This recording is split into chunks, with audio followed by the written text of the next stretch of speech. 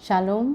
Eagle I podcast के साथ मैं आपकी host reverend doctor Maria robin आपके सामने हाजिर हूँ और हम बात कर रहे हैं पिछले पॉडकास्ट से जो जारी है रूहानी तरबियत के बारे में, यानी क्रिश्चियन पेरेंटिंग के बारे में। तो रूहानी परवरिश और रूहानी तरबियत में हम जब बच्चों की बात करते हैं तो वालिदैन को सबसे बड़ा एक मसला दरपेश होता है। वो मसला ये है कि जब उनके 2 बच्चे या 3 या 4 या 5 यानी एक से ज़्यादा जब बच्चे होते हैं तो वो जब आपस में बच्चे लड़ते हैं या आपस में उनकी नाराज़गी होती है, नाचाकी होती है, तो उसको हैंडल करते हुए, उस मसले को हल करते हुए पेरेंट्स को बड़ी मुश्किलात दरपेश आती हैं। या तो वो किसी एक बच्चे की तरफदारी कर देते हैं, फेवरेटिज़म शो कर देते हैं, और या वो बिल्कुल भी इंसाफ नहीं कर पाते हैं। तो आज हम बाइबल मुक़द्दस में से हवाला देखेंगे पौलुस रसूल के ख़त, उसके रोमियो के नाम जो ख़त है और उसका 12वां बाब और उसकी 9वीं और 10वीं आयत में लिखा है, मोहब्बत बेरिया हो, बदी से नफ़रत रखो, नेकी से लिपटे रहो, बरादराना मोहब्बत से आपस में एक दूसरे को प्यार करो, इज़्ज़त की रूह से एक दूसरे को बेहतर समझो।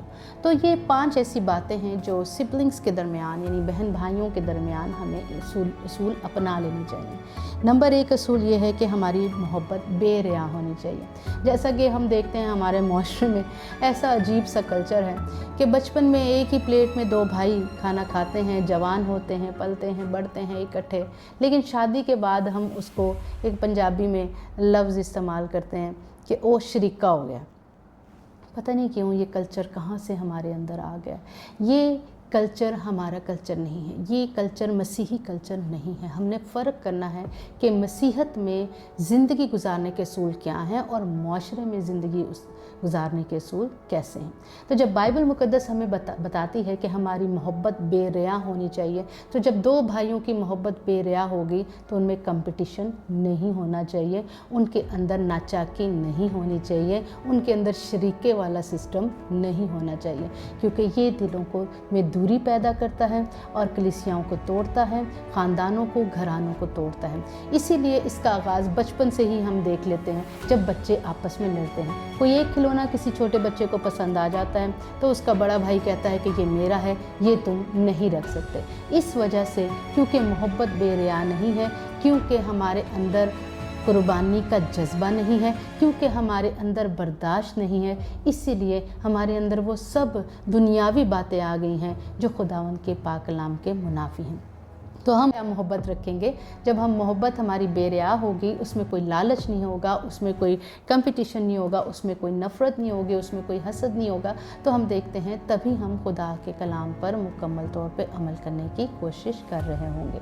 तो अव्वल ये कि मोहब्बत बेरिया हो, और दूसरी बात ये कि बदी से नफ़रत रखो, तीसरी नेकी से लिपटे रहो। अगर कोई बच्चा, कोई बहन या भाई, बड़ा या छोटा, आपके खिलाफ़ कोई बात कर देता है या आपके बारे में कोई गलत तज्ज़िया कर लेता है या कमेंट कर देता है, या लड़ाई है या नाराज़गी है, झगड़ा है, नचाकी है, तो हमें मुआफ़ी में पहल करनी चाहिए। हमें मुआफ़ करने का सलीका और तरीका आना चाहिए। हमें उन्हें दोबारा अपनाने का तरीका आना चाहिए, क्योंकि खुदा उनका पाक कलाम हमें मोहब्बत और मुआफ़ी की तरबियत देता है, की तालीम देता है। हम बात करते हैं अगर इसी तरह से 2 भाइयों की कहानी पुराने अहदनामा में, पैदाइश की किताब में याकूब और ईसू की बात करते हैं।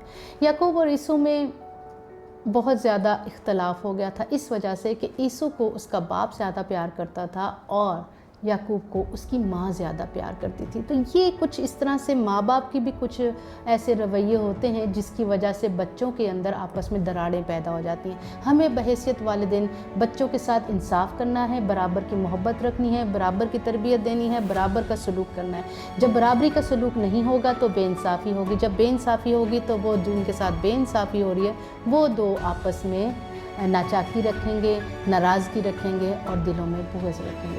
अब यही याकूब और ईसू की अगर हम कहानी की बात करें जो पैदाइश की किताब में है, कि ईसू जो है वो बाप का लाडला था और याकूब माँ का लाडला था, और माँ ने ये बड़े तरीके से, धोखे से ईसू की बरकत जो है वो याकूब को दिला दी थी। और आखिर तक याकूब और ईसू की आपस में नहीं बनी।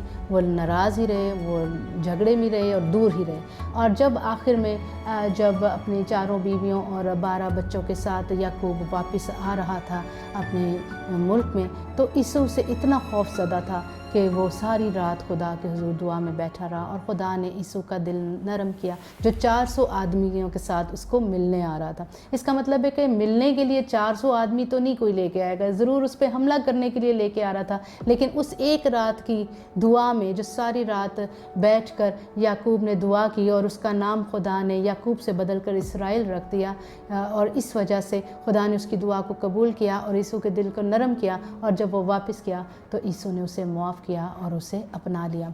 तो ये बातें हैं कि हम जब अपने बच्चों के साथ तरफदारी करते हैं तो वहीं से नाइंसाफ़ी पैदा होती है, और वहीं से बच्चों के आपस में नाचाकी और नाराज़गी पैदा होती है। तो बहैसियत वालिदैन, जब हमने इंसाफ़ करना है तो अपने सब बच्चों के साथ बराबरी का सलूक करना है, इंसाफ़ का सलूक करना है, सबके साथ बराबर की मोहब्बत रखनी है, सबको बराबर की आसाइशें देनी है। तभी हम मसीही तौर पर सच्चे मसीही साबित होंगे, सच्चे मसीही वालिदैन साबित होंगे, जो रूहानी तौर पर अपने बच्चों की सही परवरिश और सच्चाई के साथ उनकी तरबियत कर रहे होंगे। तो सिबलिंग कॉन्फ्लिक्ट जो है, अगर पेरेंट्स चाहते हैं कि हमारे बच्चों में ना हो, तो सबसे पहले उन्हें ये देखना है कि हमारा रवैया तमाम बच्चों के साथ कैसा है। खुदावंद आज के पॉडकास्ट के वसीला से आप सबको कसरत से बरकत बख्शे। बहुत बहुत शुक्रिया।